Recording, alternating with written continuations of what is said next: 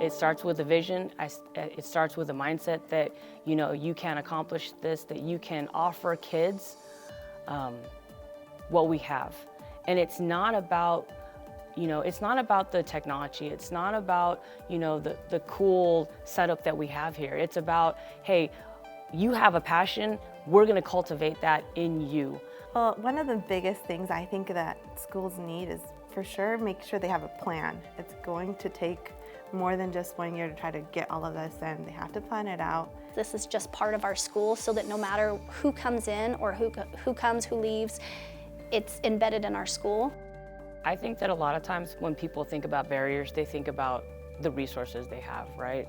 And yes, that can be a barrier, but I think the biggest barrier that we have, whether that's with teachers, whether that's with students, whether that's with families, is a mindset. I think an important part of our process is that we came back and talked to our whole staff throughout the whole thing to get their input and their feedback, because we knew in order to become a STEM school, we needed the whole school on board. We have a lot of parents' nights to increase our buy-in with our families and community. So we invite our families to come and to see the projects we are doing, to see the videos we've made, to interact with STEM activities. In fact, last year we did like a scavenger hunt where the students had questions and they had to visit all of our different parts of our school to find the answers to that. So not only were they having fun doing a scavenger hunt, but they were learning, and since their families were with them, their families were learning, and they were learning about how they can make a difference right here in Carson City in our own community.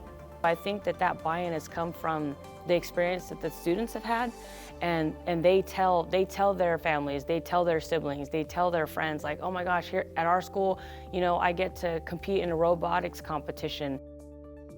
I think number one is training. I think without that, it would be hard to have the whole staff on the same page on what we're doing. And consistency, so applying the knowledge from the training and having a committed staff that are willing to do that, because if this were easy, everyone would be doing it, but it's something we've learned and we've adopted, and it's showing huge benefits. After we did the STEM leaders, we came back and made the decision to train our entire staff, our teachers, our paraprofessionals, our parent liaison, to build everybody's background and to understand what STEM really is. We started out with the OSIT training for the STEM leaders, and we were able to get one teacher from each grade level to join this team that is still part of it today. So we started with that. And then we've just slowly started implementing little changes every year, little things to give our students a STEM education. Resources I would recommend to schools if they're trying to integrate their curriculum or even just trying to become a STEM school. Definitely the Office of Science, Information and Technology. There's a lot of resources there that can help you with that. DRI is a great support. They even have like scientists that you can engage with your students. Nevada Robotics, we have computer science standards now, K-12. They're a great resource that can also loan materials for you, because that tends to be the most expensive part, is finding the materials to use with your students. Envirolution, if you're a teacher and you're not using Project Recharge, I encourage you to look into it, because they not only offer you materials, they offer teacher support and training. They offer a place for your students to take their ideas and propose them to the public.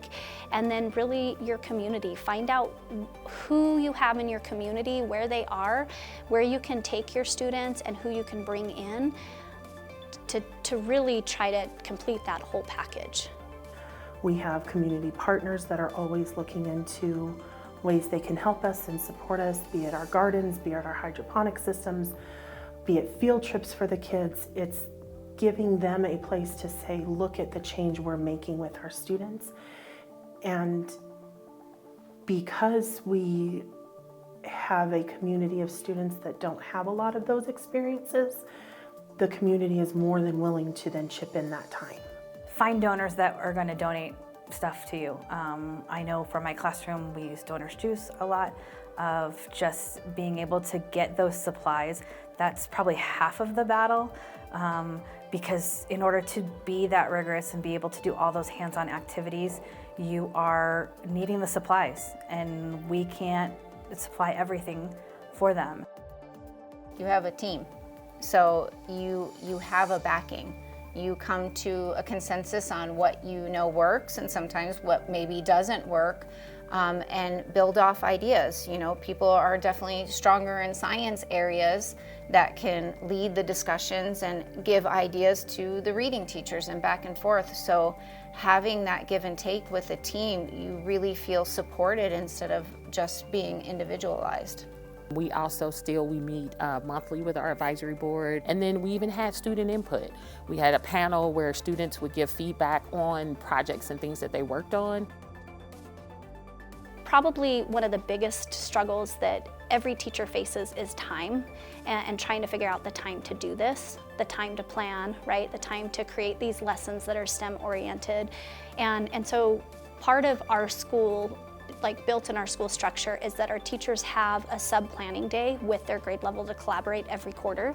And so they are subbed out. We pull in some STEM training during that as well, and then have them use what we did during our STEM training to look at their units, plan their units, so that they have that time to talk as a team and come up with these ideas. We have these collaboration meetings where everyone is there. Admin's there, the strategists are there, the teachers are there, and building off of each other's ideas. It's not just a team in a grade level, it's a team in the whole school. And we have meetings where grade levels meet with the next grade up. You know, what do the students need to know for the next year? What can we help assist with? Project Lead the Way is a program that we started utilizing when we became STEM.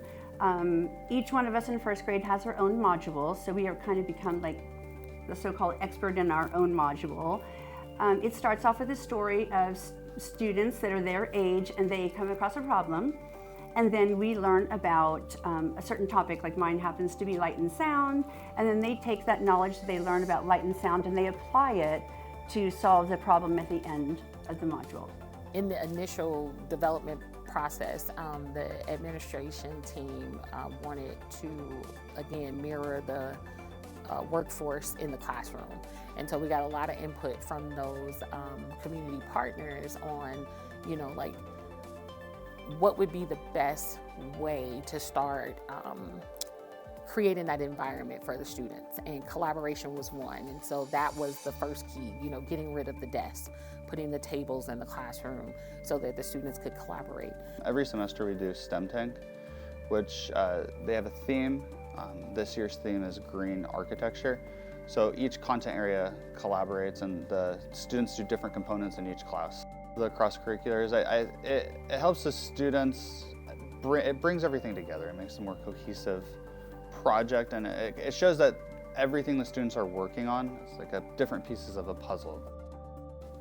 Teachers have had opportunities to be more creative, and we have created a system where that is acceptable, and to make mistakes and to fail forward as teachers. But knowing that that failure was okay, I think, you know, took pressure off of teachers, and it made them more empowered in their classroom to then push forward. And so it was not always looking for the perfect lesson, right? You're looking for a lesson where the kids would struggle through. We struggled as educators, and then we all come out on top because you gain so much knowledge that way. So how do we take all of that and make something that can move students in a manner that allows them to explore and fail as students and learn from those failures? Because that's, I mean, brain research says that's the best way for students to learn, right? And staff is doing the same thing, and we encourage that.